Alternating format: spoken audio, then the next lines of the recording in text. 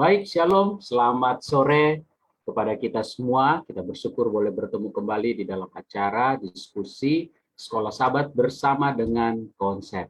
Sebelum kita akan memulaikan akan pelajaran kita, mari kita sama-sama untuk berdoa.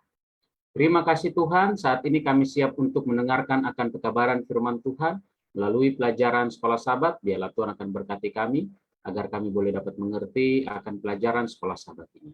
Terima kasih Tuhan, ini doa permohonan kami sudah berdoa dalam nama Yesus. Amin. Baik, kita bersyukur pada saat ini boleh bersama-sama kembali. Kita akan memasuki pelajaran Sekolah Sabat kita, khususnya pelajaran yang ketiga, anak yang dijanjikan. Pelajaran kita akan dibawakan oleh hamba Tuhan, Pendeta Muda Riki Moal. Beliau saat ini melayani di Jemaat Pare dan Hacienda di Conference Jawa Timur. Dan bagi para sahabat konsep, jika ada pertanyaan, silakan tuliskan di kolom komentar. Kami persilakan Pendeta Riki. Shalom, salam jumpa kembali kepada sahabat konsep, Bapak Ibu Saudara, teman-teman yang boleh bergabung pada sore hari ini ataupun yang menyaksikan di waktu kemudian. Saya permisi sebentar untuk share screen.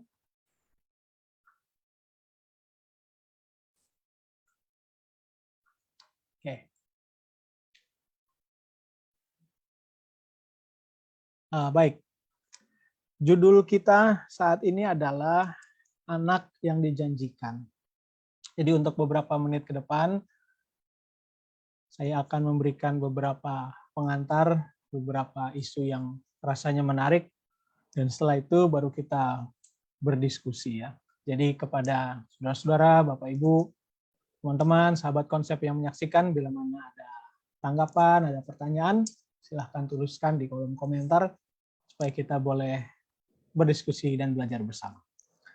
Nah, bila mana kita lihat topik sepanjang minggu ini, anak yang dijanjikan, kita tidak bisa tidak melihat ayat di dalam Kejadian 3 ayat 15. Ini ayat yang banyak kita sudah sering dengar dan kita tahu bagaimana ini ceritanya.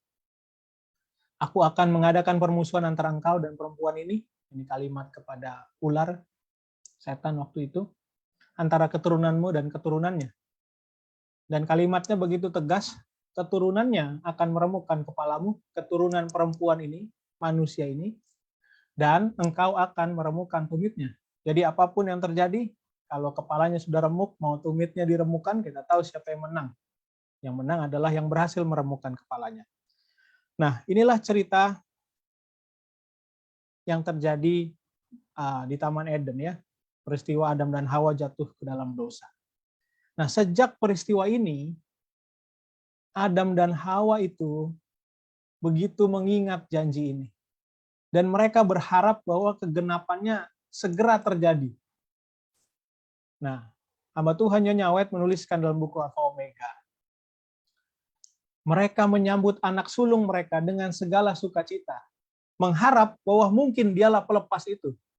Inilah yang ada di pikiran Adam dan Hawa ketika anak mereka yang pertama lahir, yaitu Kain. Jangan-jangan inilah pelepas itu, jangan-jangan inilah yang dijanjikan itu.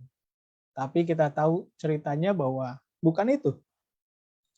Nah, sebelum kita lanjutkan cerita tentang anak yang dijanjikan ini, yaitu Yesus itu sendiri, ada beberapa hal yang menarik di pelajaran Sekolah Sabat yang saya pikir baik untuk kita pelajari bersama. Yang pertama adalah tentang di hari-hari terakhir ini.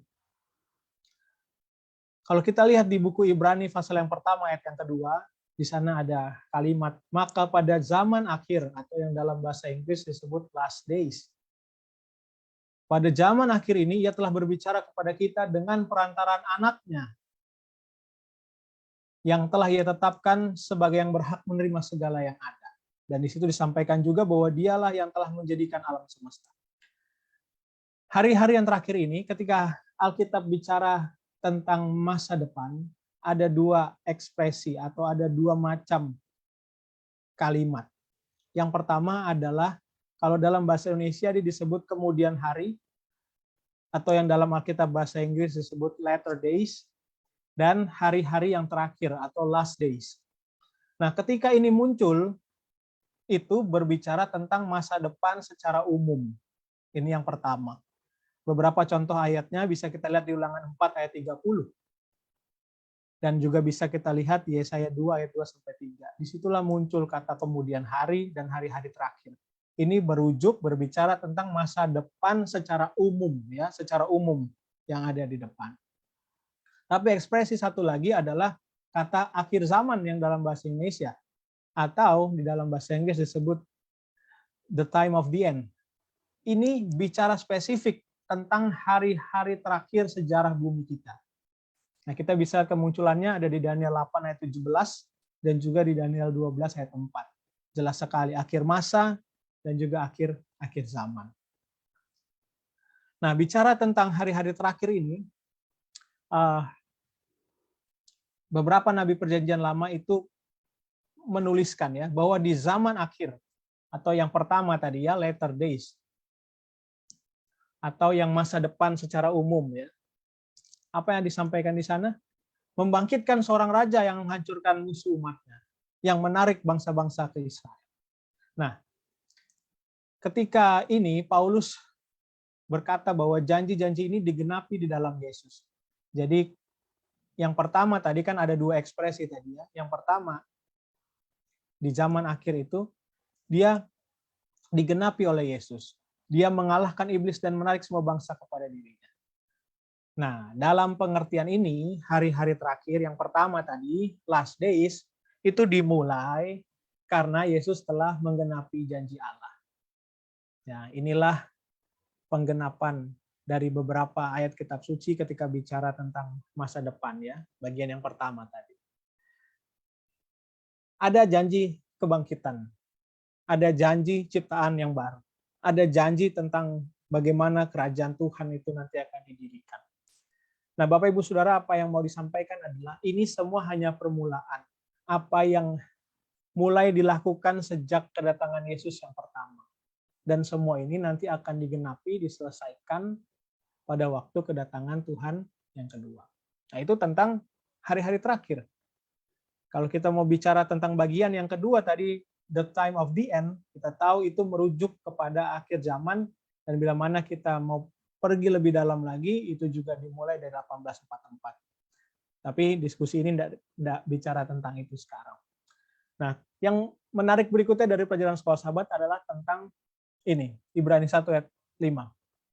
Engkau telah kuperanakan pada hari ini.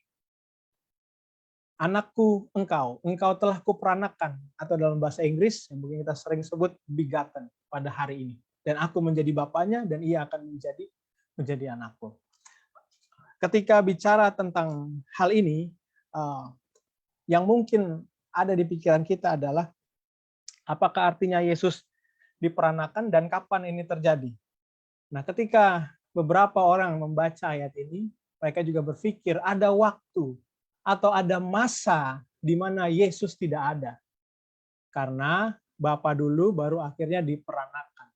Nah, ini yang mungkin sedikit sering membuat orang bingung. Tapi kita bersyukur pelajaran sekolah sahabat membahas ini. Kata ini juga muncul ya di Mazmur 2 ayat 7. Anakku engkau telah kuperanakan pada hari ini. Bila mana kita buka buku Kisah pasal 13, jelas sekali. Kutipannya begini ya. Dan kami sekarang memberikan kabar kesukaan kepada kamu, yaitu bahwa janji yang diberikan kepada nenek moyang kita telah digenapi Allah kepada kita, keturunan mereka dengan membangkitkan Yesus. Nah, ketika bicara tentang Yesus, dia kutip di Mazmur 2 ayat yang ke-7. Jadi apa artinya diperanakan? Yesus diperanakan dalam arti bahwa ia diangkat oleh Allah sebagai penguasa yang dijanjikan. Kalau kita baca di 2 Samuel, itu kita lihat ceritanya ya, ini sahabat yang lalu juga ya, bagaimana dari Daud itu, anak Daud ini, inilah Yesus Kristus itu. Dan inilah penguasa yang telah dinubuatkan, yang telah dijanjikan di waktu yang lalu itu. Nah, narasi seperti ini, ekspresi seperti ini, cerita seperti diangkat, diadopsi ini, itu adalah konsep yang umum ya di dunia Yunani dan Romawi di timur. Itu sebabnya digunakan ekspresi yang sama. Mungkin buat kita ini sedikit asing dan mungkin buat beberapa orang, tapi buat budaya waktu itu hal yang biasa digunakan. Nah, soal sahabat juga menuliskan, Yesus dinyatakan di depan umum sebagai anak Allah. Dan pembaptisannya dan naiknya Yesus ke sorga, itulah saat-saat ketika Allah mengidentifikasikan dan mengumumkan Yesus sebagai anaknya. Nah, bila mana kita baca lebih lanjut di Perjanjian Baru, kita temukan bahwa anak Allah yang berkuasa itulah ketika dia duduk di sebelah kanan Allah. Ini yang lalu kita sudah bahas ya, apa artinya duduk di sebelah kanan Allah.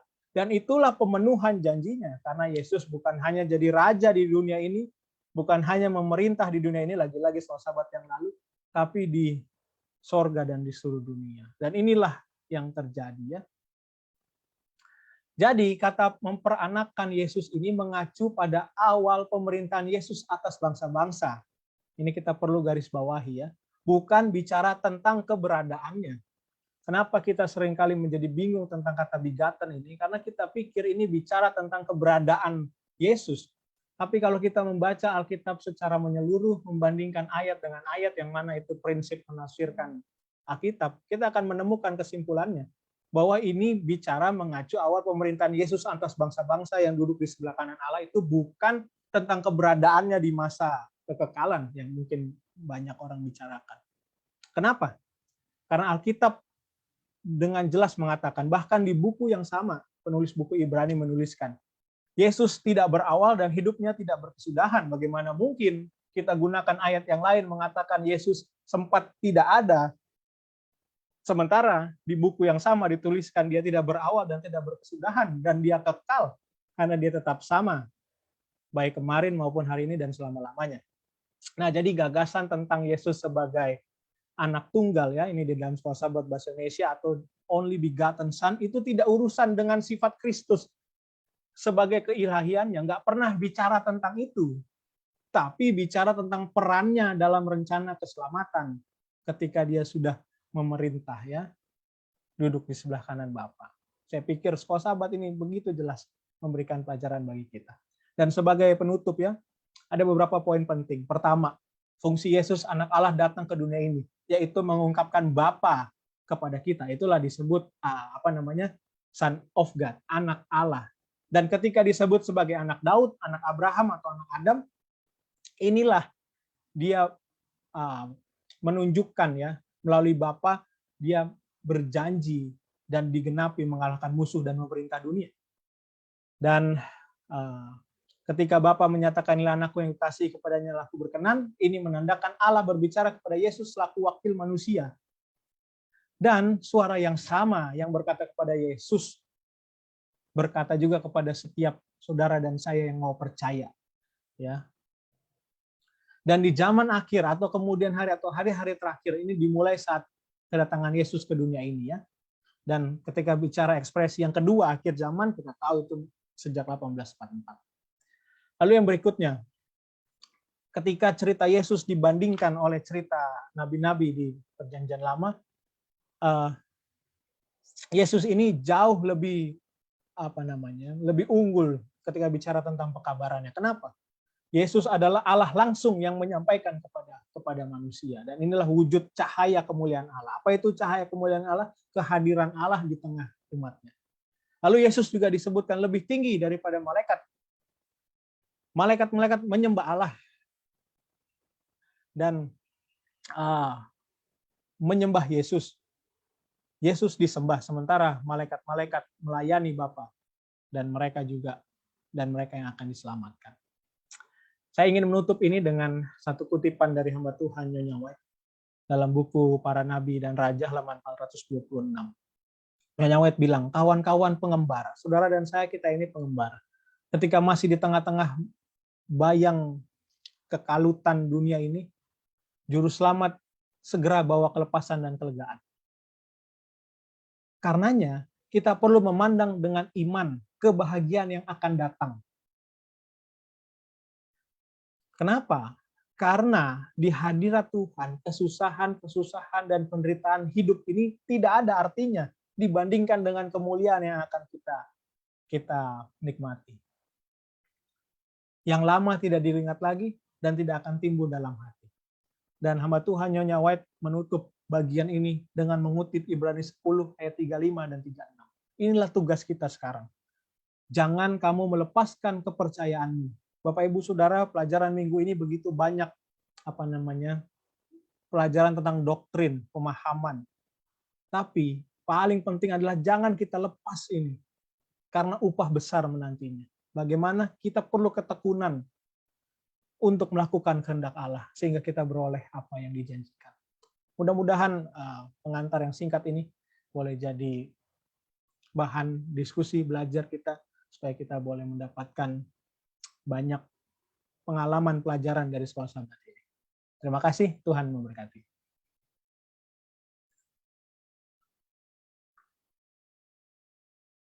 Baik, terima kasih Pendeta Riki yang sudah menyampaikan akan beberapa ulasan daripada pelajaran kita. Bagi para sahabat konsep, apabila mungkin ada pertanyaan, kami persilakan untuk mengetikkan di kolom chat. Saya mungkin tadi Pendeta Riki sudah menjelaskan dengan baik tentang masalah soal diperanakan Allah. Kenapa kok disebutkan Yesus itu diperanakan? Dan kenapa kok dia disebut juga sebagai anak Allah? Apakah Pak Pardosi?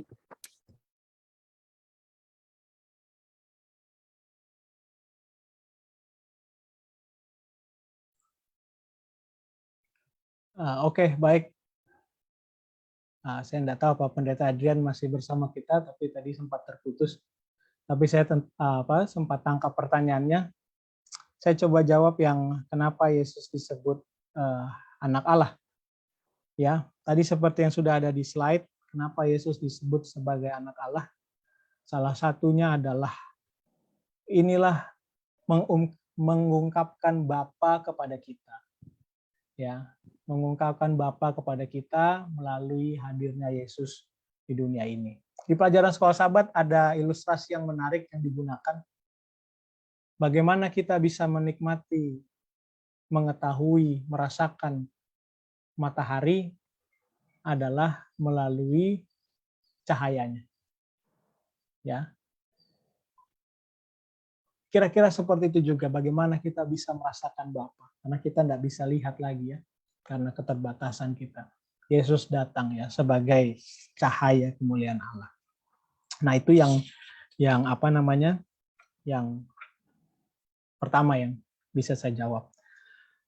Lalu yang kedua, kalau nggak salah tentang diperanakan ya. Kenapa Yesus peranakan? Inilah ekspresi yang Alkitab gunakan ya, kalimat yang Alkitab gunakan, menunjukkan bahwa Yesus akhirnya diberikan lagi bukan diberikan lagi. Yesus akhirnya dia memerintah di sorga ya. Nah, inilah yang digunakan oleh Alkitab. Jadi kalau kita lihat di pelajaran hari Kamis, sebenarnya esensinya adalah begini ya, tentang begotten ini, tentang diperanakan.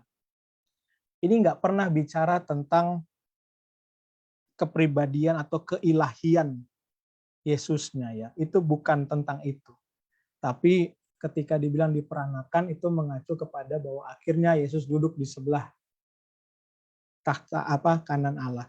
Dan ini juga bukan bicara tentang sifat Kristus sebagai keilahiannya, tapi perannya, apa yang dia lakukan dalam rencana keselamatan. Saya pikir itu dua hal yang sebenarnya intinya sama, yang justru harusnya menjadi highlight ketika bicara tentang begotten ini. Baik, terima kasih Pendeta Riki, suara saya terdengar jelas ya? Tadi sempat putus-putus. Oke. Ya sudah. Oke, terima kasih. Pendeta Pardosi, boleh mungkin memberikan tanggapan tentang diperanakan. Apa yang dimaksudkan dari pelajaran ini tentang dia diperanakan? Dan apa yang dimaksud dengan sebutan anak Allah? Ya ini kan seperti kayak kelihatannya berkaitan, kan diperanakan, berarti jadi anak Allah. Ini bagaimana Pendeta Pardosi? Baik, salam konsep ya kepada sahabat-sahabat konsep dimanapun berada. Terima kasih karena setia mengikuti program ini secara live di Facebook dan juga di YouTube. Dan terima kasih pemaparannya Pendeta Mudari Kimoal ya. Baik. Konsep anak Allah harus dibedakan dengan konsep anak saya secara jasmani. Ya. Kalau anak saya secara jasmani, maka itu adalah darah daging saya. Kalau di dalam bahasa medis sekarang, maka DNA saya itu ada di sana. Betul ya? DNA saya itu ada di sana. Itulah anak secara jasmani. Tetapi ketika bicara tentang anak Allah, maka kita tidak bicara secara jasmani. Nah, ini yang kadang-kadang salah dipahami oleh saudara-saudara kita yang menganggap Allah itu beranak gitu ya. Mohon maaf ya gitu ya. Nah, Allah itu tidak pernah beranak, karena kalau Allah itu beranak, siapa ibunya kan menjadi persoalan. Apakah ibunya menjadi Maria? Kan tidak bisa begitu. Nah, oleh sebab itu konsep anak ini dalam konteks Yesus sebagai anak Allah harus dipahami dalam konteks keilahian dan rencana pekerjaan Allah di atas dunia ini. Mengapa? Oleh karena ini dimulai jauh ke belakang, yaitu kepada janji Tuhan kepada Daud. Makanya Yesus itu disebut juga sebagai siapa? Anak Daud. Nah, bagaimana Yesus itu anak Daud? Apakah itu memang betul-betul anak Daud? Tidak juga. Karena Yesus itu keturunan Yehuda. Betul ya, Saudara Pendeta Adrian ya? Keturunan Yehuda betul. Keturunan Yehuda kan banyak. Ya, Yesus itu keturunan Yehuda dari garis Raja Daud. Ya. Sehingga dia disebut sebagai apa? Anak Daud. Tidak semua suku Yehuda itu disebut anak Daud. Ya, tidak semua. Hanya keturunan Daudlah yang disebut sebagai anak Daud. Nah, dalam Alkitab, janji ini sudah pernah disampaikan kepada siapa? Kepada Raja Daud. Kalau saudara punya waktu, saudara boleh baca nanti di 2 Samuel 7 ayat 12-14, dan Lukas 1 ayat 31, Ibrani 1 ayat yang kelima. Di sana dikatakan bahwa Salomo itu diangkat menjadi anak bapa. Ya. Jadi bukan sekedar anak Daud, kita tahu Salomo itu anak Daud, tetapi justru dia dikatakan menjadi anak bapa. Kemudian Daud juga diangkat menjadi anak siapa? Anak bapa. Lalu Yesus ya disebut sebagai anak Daud oleh penulis Alkitab dan disebut oleh Bapa sendiri sebagai siapa? Inilah anakku yang kukasihi, kepadanya lah aku apa? Aku berkenan. Nah, konsep Daud diangkat sebagai anak Allah dalam janji itu ya. Salomo diangkat sebagai anak Allah. Lalu keturunan Daud ini nanti akan ada yang diangkat sebagai anak Allah adalah konsep bukan lahiriah tetapi konsep rohani, yaitu tentang rencana keselamatan yang Allah siapkan bagi manusia. Bapa mengangkat Daud menjadi anaknya sendiri. Ini berarti raja-raja keturunan Daud akan menjadi anak didik Allah dan pewaris daripada apa? Kerajaan Allah. Yesus dinyatakan sebagai anak Allah, kita tahu itu pertama sekali pada waktu Yesus dibaptiskan di Sungai Jordan. Dan ketika Yesus dipermuliakan di atas bukit, ketika di sana datanglah juga Musa dan siapa? Musa dan Elia. Nah, ini yang harus dipahami, bahwa ketika Yesus disebutkan sebagai anak Allah, maka ini menyangkut kepada tanda kutip. Diangkat, sama seperti Daud diangkat, dan Salomo pun diangkat. Jangan lupa, saya mau kasih tahu. Saya mau tanya sama Pendeta Ricky Moal dan Pendeta Adrian. Apakah saudara juga anak-anak Allah? Ya. Ya, saudara juga anak-anak Allah. Tapi bukan singular. Anak Allah, bukan. Karena kalau anak Allah itu hanya kepada siapa? Yesus. Kita adalah anak-anak Allah. Kita ini juga, jangan lupa, saudara dari siapa? Yesus Kristus. Karena Yesus adalah saudara tertua kita. Terima kasih banyak. Terima kasih Pendeta Pardus. Jadi saya garis bawahi bahwa sebutan anak Allah itu adalah sebutan untuk secara rohani ya, bukan secara lahiriah. Terima kasih. Kita akan lanjutkan kepada pertanyaan kita. Mengapa kok penting sekali Yesus mengenalkan akan karakter Bapa kepada manusia ya? Kalau kita lihat pelayanan Yesus itu tidak mengenalkan Bapa kepada umat-umat Tuhan yang ada pada saat itu dan kepada kita. Kenapa kok penting sekali kita mengenal akan karakter Bapa ini dalam kehidupan kita? Silakan Pendeta Ricky, lalu Pendeta Jeremy boleh menanggapinya. Oke, Pendeta Ricky dulu. Kalau kita bicara kenapa penting Bapa mengenalkan dirinya dalam kerangka Ibrani pasal yang pertama, kan kalau kita baca Ibrani pasal yang pertama itu, sorry saya buka sebentar ya. Nah, kan kalimat awalnya itu dibilang begini, dulu berulang kali berbagai cara Allah bicara kepada nenek moyang melalui perantaraan nabi-nabi. Nah, tapi pada zaman akhir ini dia bicara dengan perantaraan anaknya. Nah, dalam konteks cerita ini sebagaimana yang Sekolah Sabat juga tuliskan, untuk beberapa waktu lamanya itu tidak ada lagi nabi-nabi yang bicara kepada orang Israel waktu itu, kepada manusia waktu itu. Itulah yang disebut intertestament. Sampai akhirnya datanglah cerita Yesus ini ya, yaitu cerita Perjanjian Baru. Nah, salah satu hal yang penting kenapa Yesus harus ada, Yesus harus menunjukkan karakter Bapa adalah supaya kita ini manusia merasakan ya dengan kehadiran langsung. Jadi justru ketika lihat peristiwa ini kita semakin mengerti bahwa Tuhan tuh begitu mengasihi. Kenapa Yesus harus datang? Memang harus dinubuatkan, memang sudah dinubuatkan.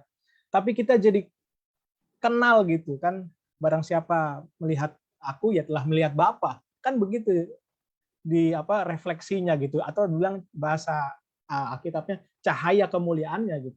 Jadi supaya kita rasa dan rasanya begitu dekat ya. Justru dari sini bagi saya kita melihat bagaimana Tuhan itu mau menjangkau kita ya dengan ngikutin cara kita manusia segala macam.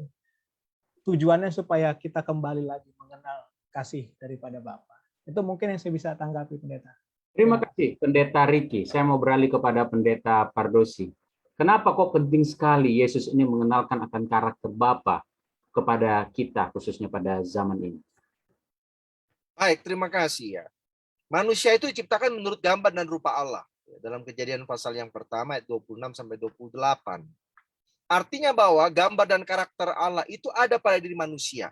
Gambar dan rupa Allah itu tidak hanya sekedar karakter, tapi juga bentuk fisik. Ya, itu ada pada manusia.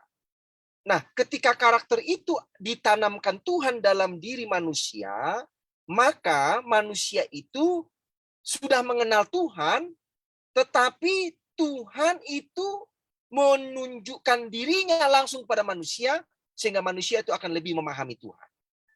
Ya, yang pertama, yang kedua, Tuhan itu menunjukkan karakternya melalui apa yang Dia ciptakan. Tetapi yang diciptakan ini sudah rusak. Alam ini sudah rusak sehingga kita tidak bisa lagi memahami karakter Allah itu dengan baik melalui alam ini, walaupun masih bisa, tapi karena sudah rusak karena dosa. Yang ketiga, manusia itu bisa memahami karakter Allah melalui Alkitab, firman yang dituliskan. Itulah cara Tuhan mengkomunikasikan dirinya kepada manusia dengan segala batasan-batasan yang ada. Karena seluruh isi Alkitab itu belum juga dapat menjelaskan seluruh karakter Allah itu sendiri dengan sepenuhnya. Lalu, karena manusia juga sudah dikuasai oleh dosa, maka cara manusia memahami karakter Tuhan baik dari dirinya sendiri, karena Dia ciptakan menurut gambar dan rupa Allah, karena manusia berdosa maka rusak juga gambar karakter rupa Allah dalam diri manusia. Alam sudah rusak, Alkitab pun sudah sulit dipahami oleh manusia karena manusia sudah dikuasai dosa. Tadi katakan oleh pemateri kita, ya, para ahli Taurat, orang-orang Farisi salah memahami Alkitab, betul ya? Salah memahami Alkitab. Tidak ada terang sepanjang sejak Israel kembali pulang dari pembuangan sampai di zaman Yohanes Yohanes Pembaptis, itu tidak ada datang lagi nabi kepada bangsa Israel. Nabi yang terakhir adalah Nabi Maleaki. Ya. Nah, oleh sebab itu sangatlah penting sekarang Tuhan menyatakan dirinya sendiri kepada manusia melalui Yesus, ilahi manusia itu. Supaya tidak ada kesalahan lagi. Karena ada 3 media yang Tuhan sudah berikan, tapi manusia salah memahaminya karena dosa. Pertama adalah diri manusia sendiri, yang kedua adalah alam ini, yang ketiga adalah firman Tuhan, tetapi sudah salah memahaminya. Nah, sekarang Yesus datang sendiri untuk menyatakan Allah itu karena dia adalah ilahi dan manusia. Jadi sangat penting untuk memberikan penjelasan terakhir. Terakhir ini ya. Terakhir itu artinya dari Yesus sendiri, Allah sendiri. Jadi kalau saudara umpamanya membaca sebuah buku, mungkin saya menulis buku, lalu saya tulis buku, saudara baca itu buku. Lalu Anda dengan baca buku yang saya tulis, Anda mulai mengerti karakter Pendeta Pardosi bagaimana dari tulisannya, betul? Tapi Anda bisa salah memahami saya dari tulisan saya. Ya, karena mungkin Anda terbatas, tidak bertemu saya secara langsung, dan lain sebagainya. Lalu Anda mulai apa? Mencoba mengenal saya dengan mau tinggal sama saya 10 bulan, mungkin 1 tahun. Nah, Yesus mau tinggal dengan kita supaya saudara dan saya bisa memahami. Terima kasih, Pendeta Pardosi. Bagaimana Pendeta Jeremy menanggapi akan pertanyaan ini? Baik, tentunya yang tadi sudah disampaikan sudah sangat tepat, namun saya hanya menambahkan dari sisi pandang yang lain. Ketika kita melihat perjalanan kerohanian kita semua dari satu tema besar, yaitu pertentangan besar antara si jahat dengan Tuhan, antara iblis dengan Tuhan, antara kebenaran dan kejahatan. Salah satu alasan mengapa Tuhan perlu menunjukkan karakternya, tentunya melalui Yesus Kristus, memberitahunya kepada umat manusia untuk memberikan sanggahan kepada tuduhan dari Lucifer yang menyatakan bahwa Tuhan itu bukan Tuhan yang kasih, Tuhan adalah pemerintah yang sewenang-wenang, yang hanya ingin hukumnya saja yang dituruti, yang memaksakan supaya kita hanya menuruti apa yang ia mau.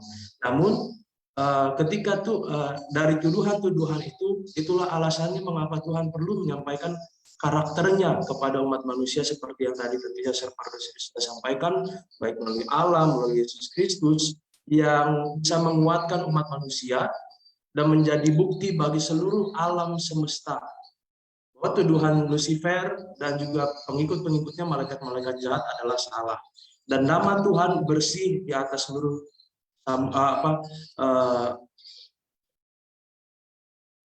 universe, di atas seluruh dunia ini, alam semesta ini. Dan semua boleh yakin bahwa Tuhan adalah Tuhan yang kasih, Tuhan yang hukumnya dan karakternya adalah baik dan benar. Terima kasih, mungkin itu sedikit. Baik, terima kasih Pendeta Jeremy ya atas tanggapannya. Baik, kita ke pertanyaan selanjutnya. Apa perbedaan akhir zaman dan zaman akhir? Dan kira-kira kita ini lagi di zaman yang mana nih? Ini akhir zaman atau zaman akhir? Silakan Pendeta Ricky, lalu Pendeta Pardosi. Ya, terima kasih pertanyaannya Pendeta Adrian, memang menarik menjawab pertanyaan ini ya. Mungkin kalau lihat ekspresi Alkitab, penggunaan katanya mungkin bisa jadi luas pembahasannya ya. Tapi supaya saya jawabnya singkat, kalau lihat dari segi bahasa, kalau bicara tentang zaman akhir ini ada periode waktunya ya, berarti ada periode waktu yang dijalani gitu ya. Tapi ketika akhirnya ada di depan, akhir zaman ya berarti ini sudah selesai gitu ya. Nah, itu yang saya pikir paling sederhana yang bisa kita mengerti tentang ini. Nah, mungkin itu saja dulu Pendeta yang saya bisa jawab. Terima kasih. Terima kasih. Kami beralih kepada Pendeta Pardosi. Ini bagaimana Pendeta Pardosi ini? Ya. Ini menarik ya. Jadi ini seperti permainan kata ini, akhir zaman, zaman akhir ya gitu ya. Ya, jadi kadang-kadang kita sudah hidup di zaman akhir. Lalu bedanya dengan akhir zaman? Nah, kan itu jadi menarik. Oke. Saya tidak sempat bacakan ayat-ayat Alkitabnya, tapi kalau nanti saudara menyaksikannya secara di YouTube, maka saudara bisa ulangi ya. Ini ada beberapa ayat penting yang menarik tentang konsep akhir zaman dan zaman akhir. Ibrani 1 ayat 2 dan 3, karena kita sedang bicara tentang bukti Ibrani ya. Ibrani 1, 2 dan 3, Bilangan 24 ayat 14 sampai 19, Yesaya 2 ayat 2 dan 3. Lalu konsep tentang hari-hari yang terakhir, zaman akhir, ya, itu ada dalam Ulangan pasal 4 ayat 30-31, Yeremia 23 ayat 20. Dan akhir zaman itu sendiri konsepnya ada dalam Daniel 8 ayat 17 dan Daniel 12 ayat yang keempat. Ringkasnya begini. Alkitab menjanjikan di ayat-ayat yang tadi saya bacakan itu bahwa ada beberapa hal yang Bapa akan lakukan di hari-hari yang terakhir, atau ekspresinya adalah di zaman akhir, atau ekspresinya di hari-hari kemudian. Apa itu? Saya catat paling tidak yang pertama, satu, bintang terbit dari Yakub. Yang kedua, tongkat kerajaan datang dari Israel. Yang ketiga, dari Yakub akan muncul seorang penguasa. Yang keempat, rumah Tuhan akan tegak berdiri di Sion. Yang kelima, dari Sion, rumah Tuhan itu, keluar pengajaran. Dan yang keenam, datangnya juru selamat. Anak Allah itu datang ke Yerusalem. Nah, ini semua digenapi oleh Yesus Kristus. Yesus adalah bintang dari suku dari Yakub. Yesus adalah tongkat kerajaan dari Israel. Dari Yakub muncul seorang penguasa. Yesus adalah raja keturunan Daud. Lalu rumah Tuhan akan berdiri tegak di Sion. Inilah ketika Yesus ada di Yerusalem. Dari Sion keluar pengajaran. Saudara baca di Alkitab Perjanjian Baru buku Injil, Yesus berulang-ulang kali datang ke rumah Tuhan, ke bait suci untuk menyampaikan pengajaran-pengajaran di sana. Nah, menurut ayat-ayat ini dan definisi yang tadi saya katakan yang 6 tadi itu, maka zaman akhir, hari-hari yang kemudian, hari-hari yang terakhir, itu dimulai waktu Yesus datang tinggal di dunia ini bersama manusia. Itulah zaman akhir. Kenapa disebut zaman akhir sejak Yesus datang? Oleh karena inilah penggenapan semua janji di perjanjian lama itu. Yang tadi saya bacakan ayat-ayatnya itu. Lalu akhir zaman kapan? Merujuk kepada buku Daniel. Buku Daniel ini kita tahu adalah merujuk kepada sejak Babylon sampai nanti Yesus datang yang kedua kali, bahkan sampai yang ketiga kali, yaitu kerajaan batu itu yang akan menjadi besar memenuhi seluruh bumi. Itu kan kedatangan Yesus yang ketiga kali. Jadi akhir zaman itu dimulai sesuai dengan nubuatan Daniel. Di mana itu nubuatan Daniel tentang mulainya akhir zaman? Daniel pasal yang ke-8, ya secara khusus mulai ayat yang ke-14 sampai ayat yang ke-17, yaitu sampai lewat 2300 petang dan pagi. Lalu Daniel 12 ayat yang ke-4 dikatakan bahwa akhir zaman ada di sana, di mana umat-umat Tuhan akan mengalami kesusahan. Kalau begitu kapan akhir zaman itu dimulai? Dimulainya adalah pada akhir 2300 petang dan pagi, nubuatan Daniel, dan itu adalah 1844. Jadi sekarang saya mau tanya, kita ini sekarang di zaman akhir atau di akhir zaman? Jawabannya dua-dua. Di zaman akhir dan akhir zaman. Terima kasih. Terima kasih sekali Pendeta Pardosi untuk tanggapannya. Baik, ada satu pertanyaan terakhir, tidak terasa karena kita juga terbatas oleh waktu. Pertanyaan terakhir dari Facebook yang masuk. Dan boleh juga nanti sekalian boleh closing statement, boleh ditambahkan juga dengan closing statement. Pertanyaan adalah, kenapa kira-kira menjadi penting untuk memahami janji tentang anak Allah bagi orang Kristen pada saat itu hingga saat sekarang ini? Kenapa kok penting sekali kita harus memahami akan janji tentang anak Allah itu, khususnya bagi kita? Silakan Pendeta Ricky, sekalian closing, dan juga Pendeta Pardosi. Ya, ini sekaligus menambahkan ya apa yang Pendeta Pardosi sampaikan tadi tentang akhir zaman dan zaman akhir. Nah, kalau pertanyaannya kenapa jadi penting untuk paham janji tentang anak Allah, lihat saja apa yang terjadi di zaman akhir ya. Apa yang janji-janji yang Yesus lakukan dan apa janji-janji yang tulisan nabi-nabi perjanjian lama itu nubuatkan dan digenapi. Nah, dari situ kita bisa melihat bahwa janji Tuhan itu pasti. Janji tentang anak Allah, bagaimana Bapa menunjukkan kasih-Nya, itu adalah digenapi ya. Sudah dijanjikan waktu lalu dan digenapi. Tapi masih ada yang akan digenapi, yaitu beberapa janji termasuk kedatangan Tuhan. Yaitulah akhir zaman tadi ya, mulai dari 1844. Bagi saya itu jadi penting untuk kita memahami janji tentang anak Allah. Kenapa? Karena Apa yang Tuhan janjikan waktu lalu, dia genapi.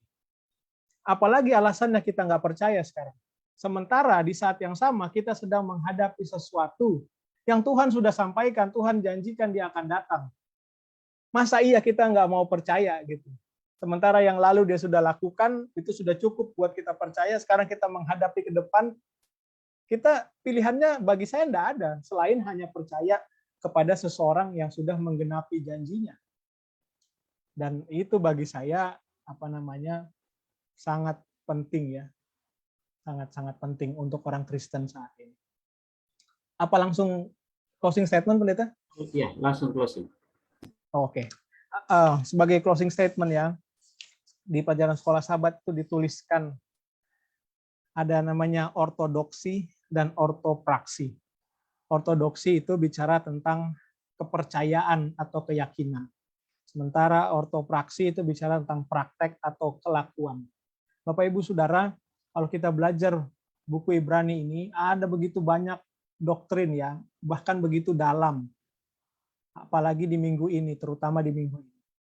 Tapi kita jangan lupa, kita juga perlu menghidupkannya, mempraktekannya. Tidak hanya ortodoksi, tidak hanya mengetahui keyakinannya begitu dalam, tapi kita juga perlu ortopraksi, yaitu menghidupkannya. Bapak Ibu Saudara, kita perlu ingat prinsip daripada Alkitab ya, dari Bapa itu. Bagaimana kita bisa mengenal Bapa? Yaitu kalau kita melihat Yesus, kita juga melihat Bapa. Harus ada pemahaman dan bukti itu berjalan bersama. Pantaslah apa yang dikatakan buku Ibrani pasal 10 tadi. Jangan kita lepas dari pemahaman ini. Mari kita lakukan ini, kita pegang, kita percaya. Karena percuma kita tahu banyak kepercayaan keyakinan, tapi tidak membuat kita melakukan, akhirnya jadi sia-sia. Itu Pendeta, terima kasih. Terima kasih. Silakan Pendeta Pardus ya. Tadi ada pertanyaan yang masuk, boleh dijawab dan juga closing statement. Boleh diulangi pertanyaannya? Baik, pertanyaannya adalah kenapa kira-kira menjadi penting saat ini kok kita harus memahami janji tentang anak Allah ini ya, khususnya bagi kita. Kenapa penting sekali kita harus memahami janji anak Allah ini? Baik, terima kasih. Kenapa begitu penting? Karena disinilah sumber keselamatan itu. Yang bisa menyelamatkan manusia itu hanya Allah atau Bapa atau Tuhan sendiri. Nah, kalau kita mengharapkan keselamatan itu hanya Tuhan sendiri, lalu Tuhan itu menyediakan keselamatan itu melalui anak yang dia kirim ke dunia ini, yaitu Yesus Kristus.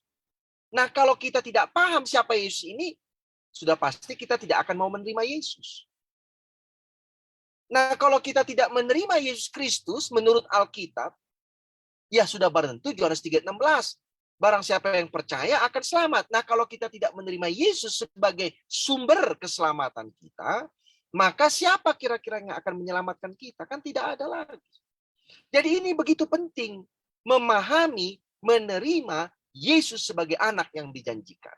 Pemateri kita tadi sudah katakan di awal bahwa anak yang dijanjikan ini sudah disampaikan dalam Kejadian 3:15. Sejak manusia ada dalam Taman Eden.